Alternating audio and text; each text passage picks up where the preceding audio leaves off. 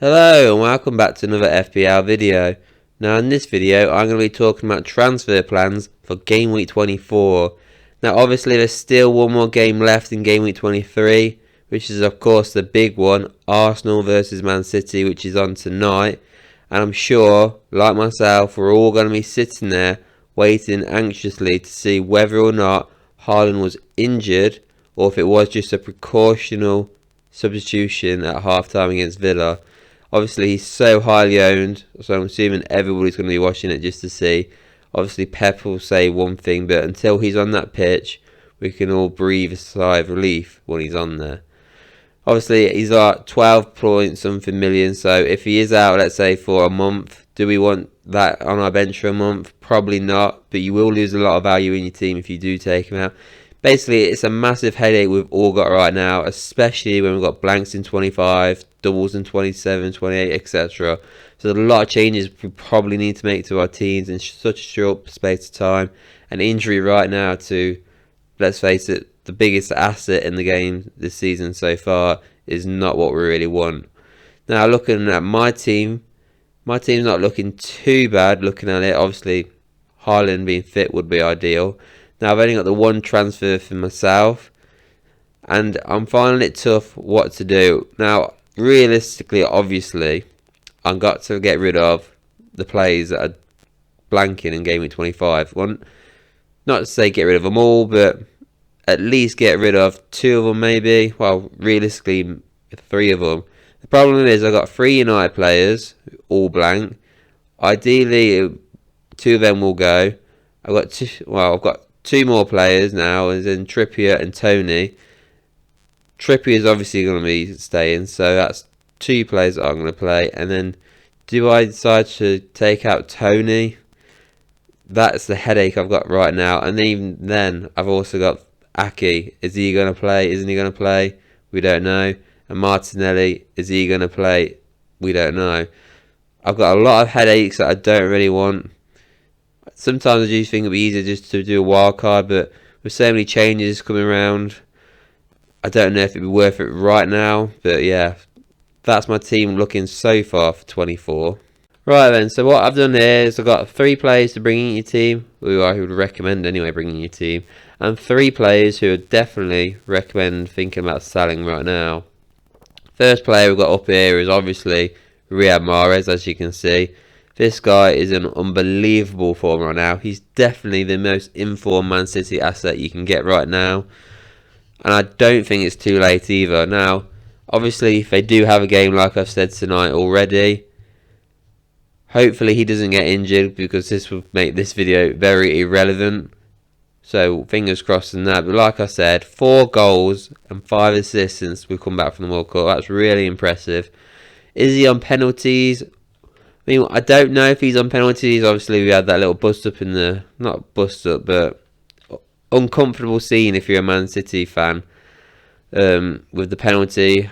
We all thought it was going to be Haaland to take it. I don't know how many times Mahrez and Haaland have been on the pitch when there's been a penalty, but Mahrez did take the penalty, which he did score. Obviously, he doesn't have the best scoring around penalties, but we're all pretty surprised by that. So this might also bump his ownership.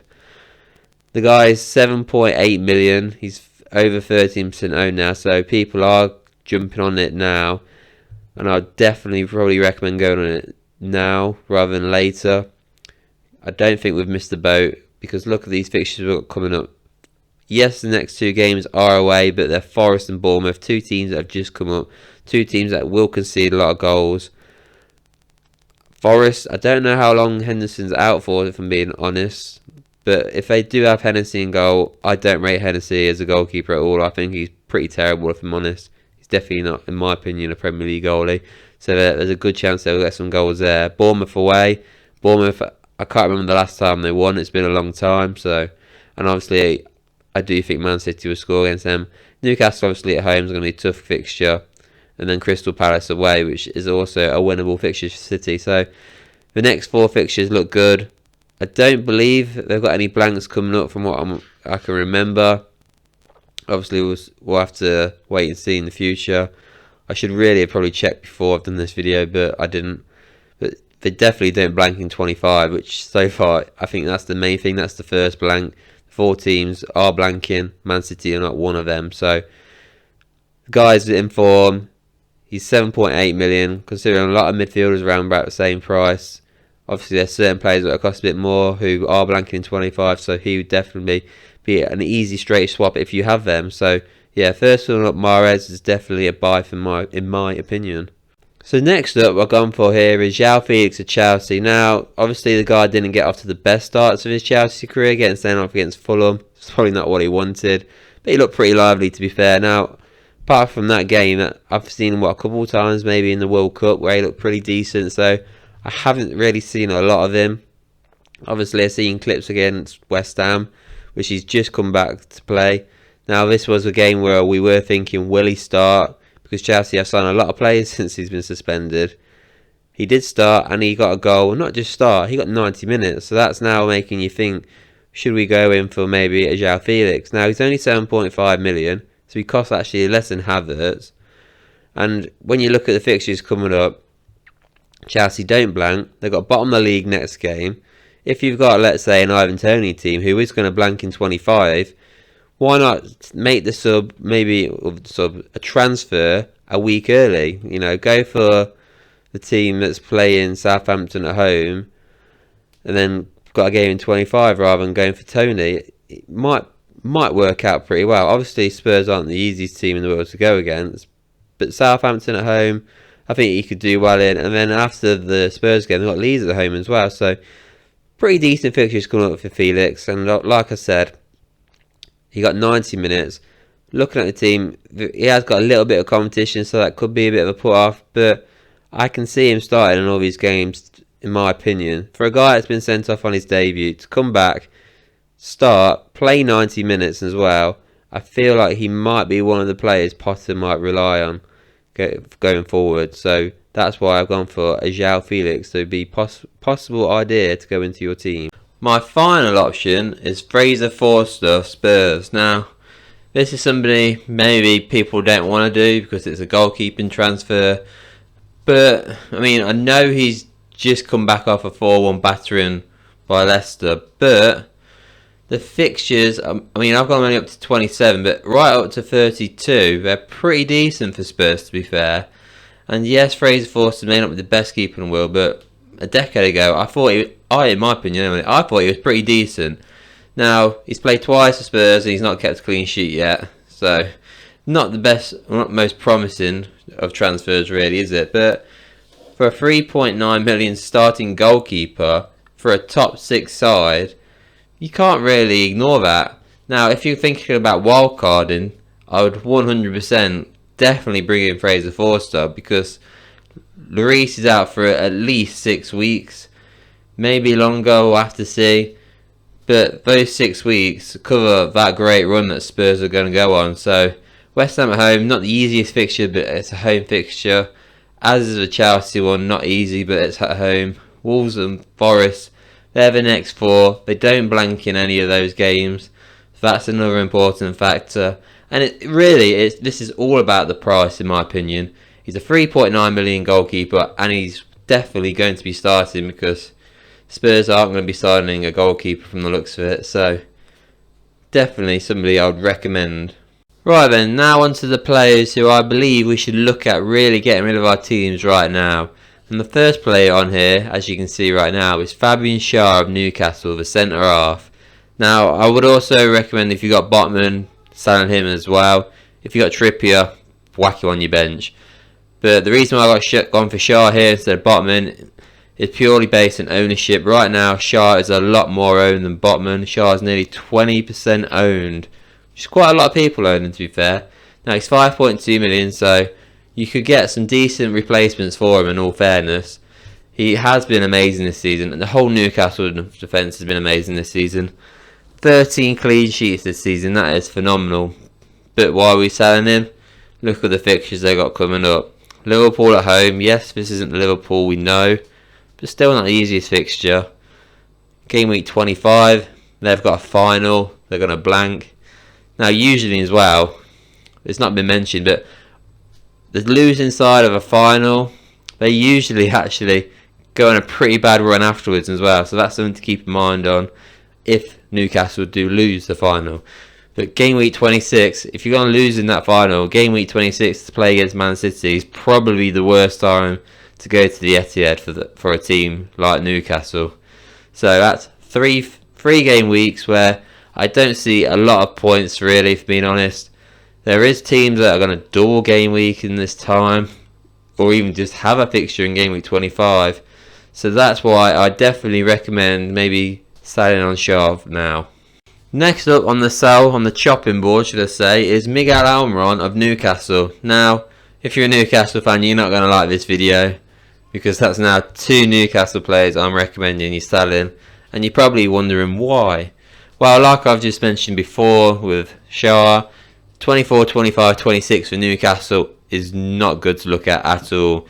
Now, yes, in 25, the blank, there is 3 other teams. Obviously, they've got another player to come up, but the other teams who will come back in 26, 27, etc., Brighton and Brentford, they have double game weeks coming up, so that's why they're not on this list for now. And Miguel Almiron and Shaw, to be fair to them both, they're pretty highly owned as well as. Now, I know the United players are also going to be highly owned, but, you know, would you want to sell Rashford? I mean, you'd be mad to, but not the worst thing to do in the world, but would you sell him? I doubt it. Definitely recommend Fernandez to sell. The Brighton players, yeah, you can sell them, that's fine. But like I said, you got the double game week. If you got Tony, yeah, I'd understand you want to sell him, but again, you got the double game week coming up. So it's really tough decision to make.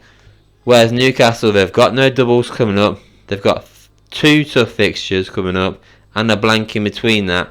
You're not going to get a lot of points of that.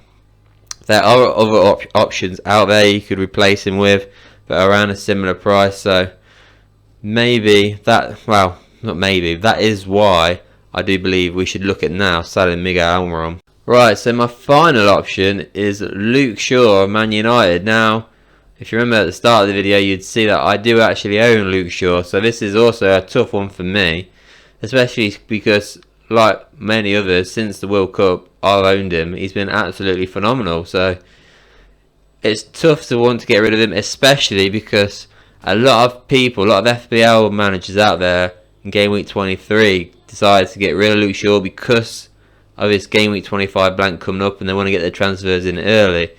Now, Luke Shaw got 12 points in that Leeds game, so those people are going to be really hurting and really annoyed that they didn't hold off for another week.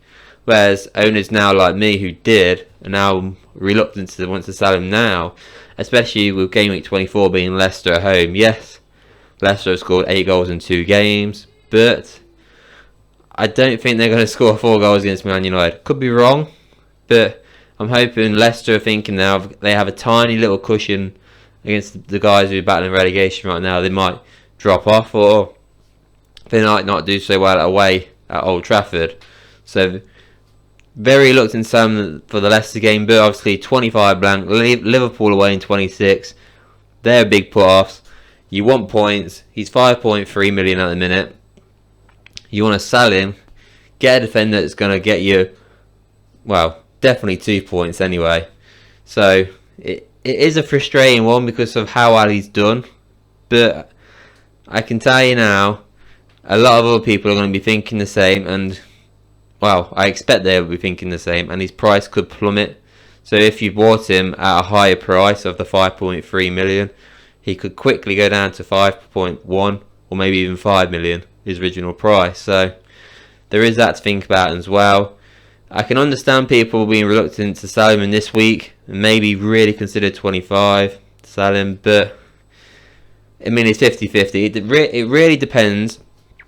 Out of the 4 teams, United, Newcastle, Brentford and Brighton, how many of those players you own. Now, if you only own 3 in total, great, you're lucky, you're one of the lucky ones. But if you're owning 5, 6, maybe even 7, you got to look at really selling these players. I mean, it's going to be tough for a lot of people. There's going to be a lot of hits, I reckon, in the next coming weeks. Maybe a few wild cards being taken, but yeah, for me, I'm definitely looking at possibly selling Luke Shaw. It's going to be a tough one to do, but I'm definitely considering it. And there you go, those are my transfer plans for game week 24. Now, if there's any players out there you think I've forgotten about that you want to mention in the comments, please do so. Or even if there's players that you think I should also sell, or maybe even if you think I'm wrong, just let us know what you think. Now please don't forget to like and subscribe on this video, and I'll see you all on the next one.